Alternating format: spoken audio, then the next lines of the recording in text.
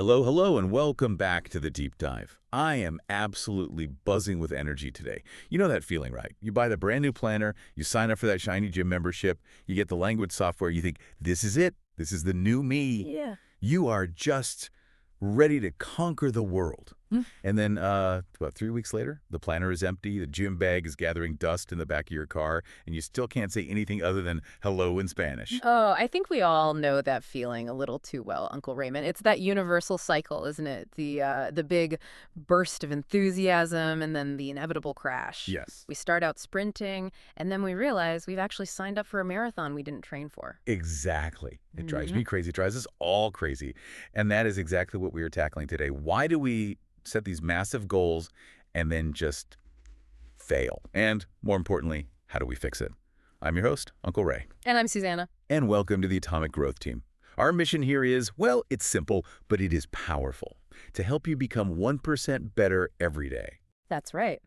And today, Uncle Raymond, we are doing a deep dive into what is, it's really the gold standard of self-improvement literature. We're going to be unpacking the systems behind how habits actually form.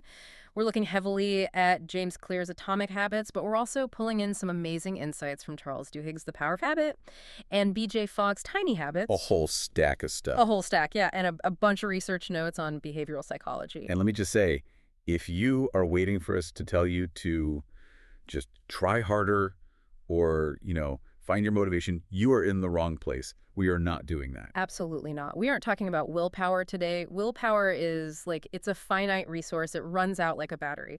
Today, we are talking about science. And we are talking about systems. We are talking about engineering your life so you don't need willpower. That's the hook right there. Engineering over willpower. Okay, let's unpack this. The core idea we're looking at is that success, it isn't really about the goal, it's about the system. Perfect. So let's dive right in. Segment 1. We call this the power of 1%, or, if you want to get fancy, the math of success. Susanna, walk us through this concept of atomic growth. Because when I hear atomic, I think of a giant explosion. But that's not quite it, is it? Not exactly, no. Though the impact, I guess, can be just as explosive, but in a good way. The word atomic here has a dual meaning. First, it means something tiny, like an atom, the smallest possible building block of a larger system. Okay. But secondly, it refers to the immense power that small thing holds. Think atomic energy. It's all about the relationship between the microscopic and the massive. Small but mighty. I like it. Exactly. And the math behind this is it's staggering. This is probably one of the most famous ideas from James Clear's work. If you commit to getting just 1% better every single day for a year, you don't end up 365% better. Right. Because of the power of compounding, you actually end up, get this, 37 times better. 37 times? That sounds fake. That can't be right. It's the math. It's compound interest, but applied to your life. The formula is just 1.01 to the power of 365. And it equals, I think it's 37.78, something like that. You are basically a different person at the end of that year. That is wild. So we're really just talking about these tiny little marginal gains. We are. And, the scary part is that the inverse is true, too. Uh-oh. If you get 1% worse every day, you skip that workout, you eat a little poorly, you don't do your reading, you completely decimate your progress. Mathematically, 0.99 to the power of 365. It brings you down almost to 0, to 0.03. Wow. That's a scary thought. It's like a slow leak in a tire. You don't even notice it day to day until you're, driving on the rim. That is such a good analogy. Habits really are the compound interest of self-improvement. The same way money multiplies, the effects of your habits multiply as you repeat them. On any given day, eating a salad instead of a burger, it seems to make absolutely no difference, right? You look in the mirror and you look exactly the same. Right. And that's where people quit. That's where I quit. You say, I've been running for 3 days and I'm still out of shape. This isn't working. Exactly. But if we look at the source material, there's this incredible story about the British cycling team that just illustrates this perfectly. Oh, I love this story. This is the Dave Brailsford guy, right? Yes. The performance director.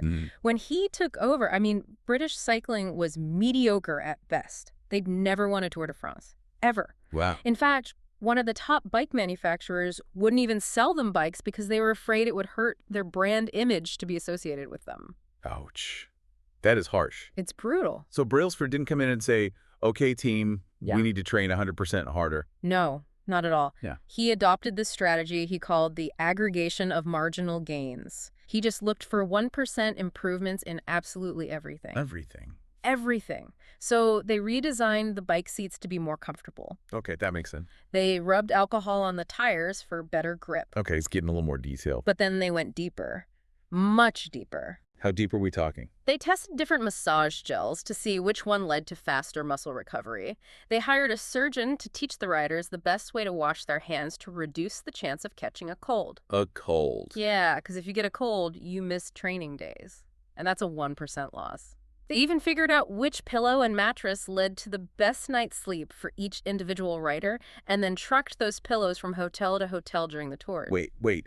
They trucked the pillows. You're kidding me. That is dedication. It sounds totally obsessive, doesn't it? They even painted the inside of the team truck white. The white for the aesthetic. No, so they could spot tiny specks of dust that might get into the finely tuned bike gears and degrade performance by like a fraction of a percent. That is unbelievable. Yeah. So all this pillow trucking and hand washing, Yeah. did it actually work? Did it work? Uncle Raymond, just 5 years after he took over, the British cycling team completely dominated the Olympics. They won 60% of the gold medals available. No way. Yes.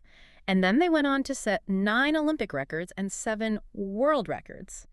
And a guy named Bradley Wiggins became the first British cyclist to ever win the Tour de France. Just from hand washing and pillows. From the accumulation of hundreds of these tiny 1% improvements, that is atomic growth. So what does this all mean for someone listening who isn't, training for the Olympics? It means we have to stop looking for the silver bullet, right? We want the magic diet pill or the one stock tip that makes us rich overnight. Correct. We're conditioned to look for that one massive breakthrough. We want the movie montage where the hero works out for like 3 minutes on screen and suddenly wins a world championship. Right. But real life happens in what Clear calls the plateau of latent potential. Ooh, I like the sound of that. The plateau of latent potential. It sounds like a place in a sci-fi movie. Tell us about the ice cube analogy. This one really helped me visualize why I usually quit things way too early. Okay, so imagine you're sitting in a room that is freezing cold. It's, say, 25 degrees Fahrenheit, and there's an ice cube sitting on the table in front of you. Okay. You start to heat the room up very, very slowly, 1 degree at a time, so 26 degrees. Ice cube is still there, just a block of ice. 27 degrees, Yeah. 28 degrees, still nothing. You're putting in the work, you're adding energy to the system, but the ice cube, it hasn't changed at all. 29, 30, 31. And this is the exact moment where I usually flip the table over and say, this stupid heater is broken. I've been working at this for weeks and nothing has happened. Exactly. This is what he calls the valley of disappointment. You feel like you've been working your tail off with absolutely no result to show for it. But then the temperature hits 32 degrees. And snap, it melts. It melts. Now, was it that 1 degree shift from 31 to 32 that melted the ice? No, it was all the work, all the energy that happened before that. Precisely. All the visible action happens at 32 degrees, but all the work was being stored at 26, 27, 28. When you're building a new habit and you feel like you aren't going anywhere, you are not wasting your time. You are storing potential. You're just heating up the room. Man, that is powerful. Mhm. It's like that story about the bamboo tree, right? Yes, exactly. Bamboo spends, 5 years building this extensive root system underground where you can't see a single thing happening. Nothing. And then in just 6 weeks, it shoots up 90 feet into the air. So if you're listening to this and you've been going to the gym for a month and the scale hasn't moved, you're just building roots. You're heating the room to 31 degrees. Don't quit before you hit 32. That is the message. You have to trust the physics of it. Okay, let's pivot a little, because staying the course is hard if you don't really believe in what you're doing. And this brings us to segment 2, identity-based habits. This is all about the who versus the what. This might be the single deepest psychological insight in atomic habits. Most of us, we try to change the wrong thing. Imagine an onion. Okay, I'm picturing an onion. It's got layers. Exactly. The outer layer of that onion is your outcomes. This is what you get. Losing 20 pounds, winning a championship, publishing a book. Most people start right here. Right. I want to lose weight. That's my outcome. The next layer in is your process. This is what you do. This is your new workout routine or your new decluttering schedule. Okay, got it. But the innermost layer, the very core of the onion, is your identity. This is what you believe. It's your worldview, your self-image, your judgments about yourself. So outcome is what you get, process is what you do, and identity is what you believe. Correct. And the mistake almost everyone makes is they focus on the outcome. I want to run a marathon.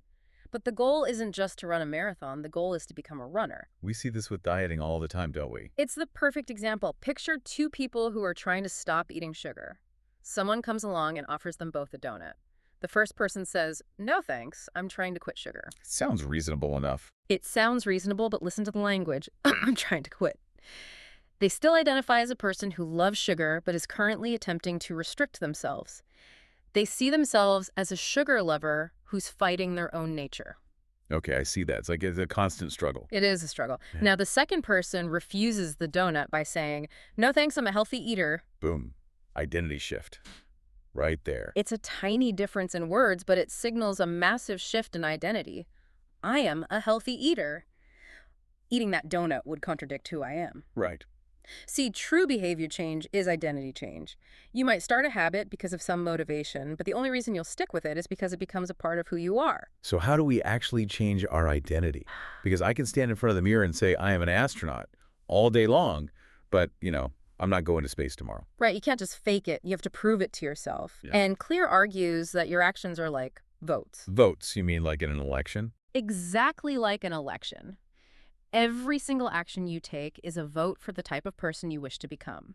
No single action will instantly transform your beliefs, but as the votes build up, so does the evidence of your new identity. So if I write one page, I've just cast a vote for I am a writer. Precisely. If you go to the gym, even for just 20 minutes, you cast a vote for I am an athlete. If you say no to the soda, you cast a vote for I am a healthy person. And the really cool thing is you don't need a unanimous vote to win an election. That is such a crucial point. You don't have to be perfect. In any election, there are votes for both sides, right? You just need a majority of the votes to win the election of your new identity. That takes so much pressure off. So if I slip up and I eat a slice of cake, I haven't failed. I haven't ruined the whole thing. I just cast one vote for the other side. I just need to make sure the next two votes are for the healthy side. Exactly. It shifts the focus from, oh no, I failed, to, okay, I am building a body of evidence. You're learning to trust yourself again. I am building a body of evidence. I love that. It feels so much more scientific and less emotional. Okay, so we got the math, the 1% better. We've got the engine, which is identity. Now let's talk about the vehicle, segment 3, systems over goals. This is a controversial one for a lot of people, Uncle Raymond. I mean, we are taught from the time we're kids to set big, hairy, audacious goals. Right. Keep your eye on the prize. Visualize the finish line. That's like corporate mantra 101. But here's the uncomfortable truth that all these sources point to. Winners and losers have the exact same goals. Whoa. Say that again. That just sounds wrong. Winners and losers have the same goals. Every single Olympian wants to win the gold medal, not just the person who ends up on the podium. Every job candidate wants to get the job.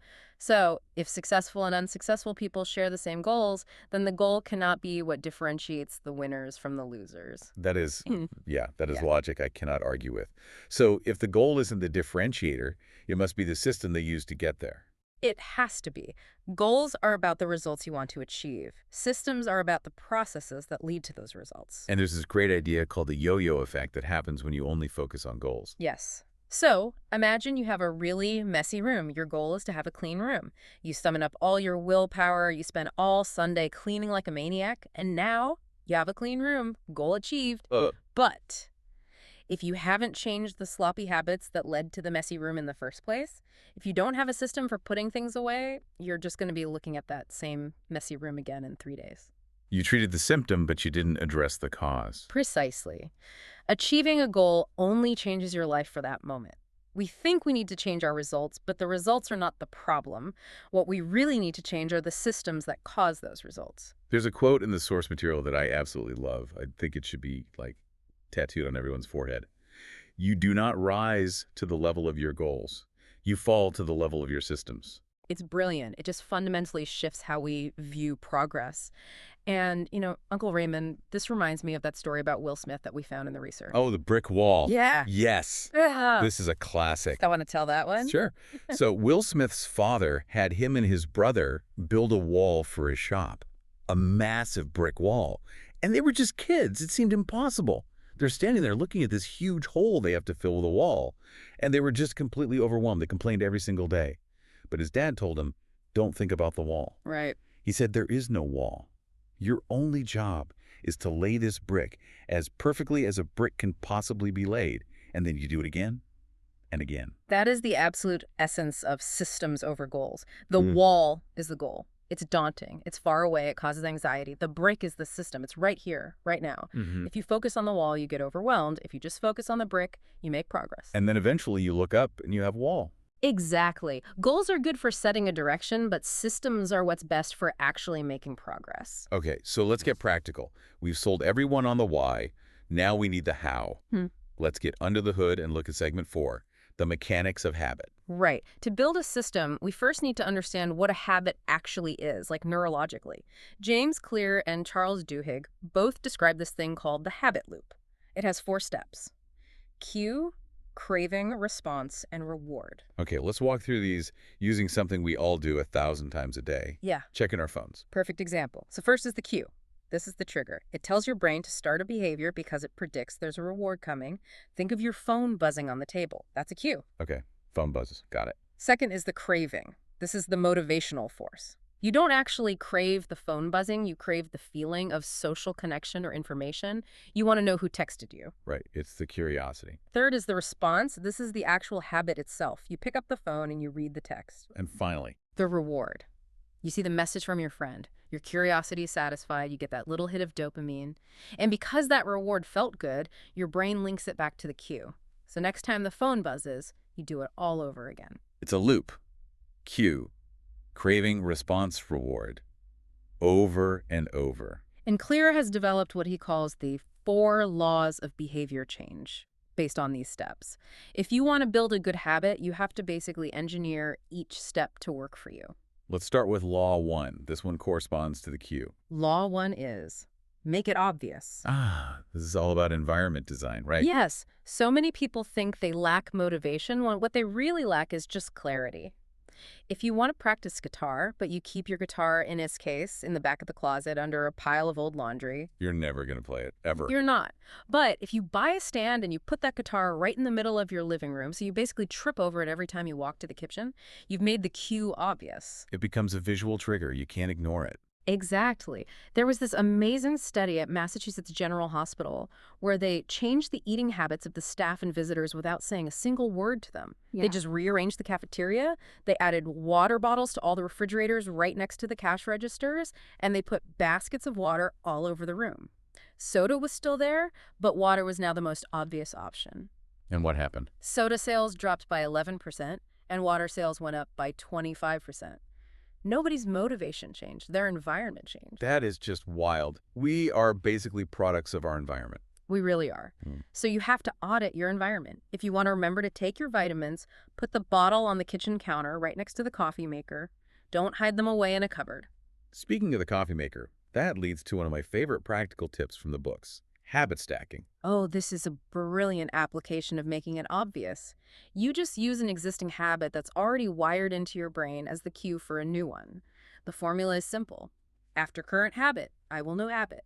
So like, after I pour my morning coffee, I will meditate for 1 minute. Exactly. Your brain already has this super strong neural pathway for pouring coffee. You're just grafting the new habit onto that existing strong root. It's like hitching a ride. After I take off my work shoes, I will immediately change into my gym clothes. Yes. Or after I sit down for dinner, I will say one thing I am grateful for.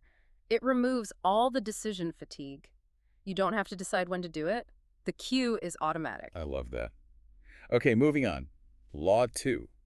This one matches up with the response part of the loop. Law 2 is make it easy. This is all about friction, isn't it? Human behavior follows the law of least effort. We naturally, and without thinking, gravitate toward the option that requires the least amount of work. If you want to go to the gym, but your gym is like 20 minutes out of your way, the friction is super high. So you should join a gym that is literally on your way home from work. Or just prepare your gym bag the night before and put it right by the front door. The idea is to reduce the number of steps between you and the good behavior. And this brings us to the 2-minute rule. This is the one I was skeptical about. Read 1 page. The 2-minute rule states that when you start a new habit, it should take less than 2 minutes to do. But Susanna, how does reading 1 page help me if my goal is to read 30 books a year? It seems kind of pointless. Because a habit must be established before it can be improved. You cannot optimize a habit that doesn't exist yet. If you set a goal to read for 30 minutes every night, that's a really high barrier on a tired Tuesday night. but read one page. Anyone can do that. It's about mastering the showing up. That's it, exactly. Once you open the book and you read that one page, you've cast that vote for your new identity. And usually once you've started, it's easier to just keep going. But even if you stop after 2 minutes, you did the most important part. You reinforce the habit loop. It's like the gym. Even if you just go, drive there, walk in, do 5 minutes on the treadmill and leave, you're still building the habit of going to the gym. Precisely. You are becoming the kind of person who doesn't miss workouts. The intensity can come later. First, you standardize, then you optimize. Standardize, then optimize. I like that. Okay, so we've made it obvious and easy, but what about the bad habits? The stuff we all want to stop doing. This brings us to segment 5, breaking bad habits. And to break a bad habit, you just invert the laws we just talked about. So instead of making it obvious, You make it invisible. out of sight, out of mind. Literally, if you're trying to stop eating junk food, don't keep chips on the counter where you can see them. Put them in the highest cabinet, or even better, just don't buy them. If you check your phone too much while you're trying to work, put it in another room. I've started leaving my phone in the kitchen when I go to bed. It has completely changed my sleep. That's a perfect example. You remove the cue. The second inversion is make it difficult. You have to increase the friction. Okay, give us an extreme example. All right, let's say you watch way too much TV when you get home from work. Unplug the TV from the wall. Take the batteries out of the remote, and then put the remote in a drawer in another room. So now if I actually want to watch TV, I have to go get the remote, put the batteries back in, plug the TV in. Exactly. It creates just enough of a pause for your rational brain to kick in and ask, do I really want to watch this, or am I just bored and looking for a distraction? It breaks that autopilot mode. It does. There was this great story in the sources about Victor Hugo, the writer. He was procrastinating like crazy on writing The Hunchback of Notre Dame. He was going out, partying, eating with friends. The typical creative procrastination, I know it well. So he had his assistant lock all of his clothes away in a chest and leave him with nothing but a large gray knitting shawl to wear. Wait, what? He literally couldn't leave the house. He made it physically impossible to go out and socialize because he had nothing to wear. He wrote the book in record time. Now that is high friction. That is extreme. But I guess very effective. Now, what about when the craving hits? Because sometimes, even if the cookies are hidden on the highest shelf, you really, really want the cookies. This is where we can use a really cool technique called urge surfing. Urge surfing. Sounds like a California thing. It comes from mindfulness practice. When a craving hits, say, for sugary snacks or to check social media, we tend to think it's just going to keep getting stronger and stronger until we explode if we don't give in. It totally feels like that. It feels like an emergency. I need sugar and now W. But biologically, a craving is like a wave in the ocean. It rises, it peaks, and then if you don't act on it, it crashes and subsides on its own. It usually only lasts for about 15 to 20 minutes. So urge surfing is just riding that wave. Yes. You acknowledge the feeling. You say to yourself, I am noticing an urge to eat a cookie. You don't fight it. You don't judge yourself for it. You just observe it like watching a wave from the shore. And eventually, it just passes. That is so freeing, just knowing that the feeling isn't permanent, it's temporary. Exactly. And every time you successfully surf a wave without giving in, you weaken that neural pathway that links the cue to the bad habit. Wow. Okay, we have covered a lot of ground today. We've gone from the math of 1% to the psychology of identity, all the way to the deep mechanics of the habit loop. It really is a comprehensive toolkit for changing your life. So let's summarize this for the listener who is ready to take action right now. Yeah. What are the key takeaways? Okay, let's do a quick recap. The Atomic Growth Toolkit. Yeah. 1. Aim for 1% better. Forget the overnight transformation. Focus on the compound interest of small daily actions. 2. Focus on identity. Stop saying, I want to run, and start saying, I am a runner, and then cast votes to prove it to yourself. 3.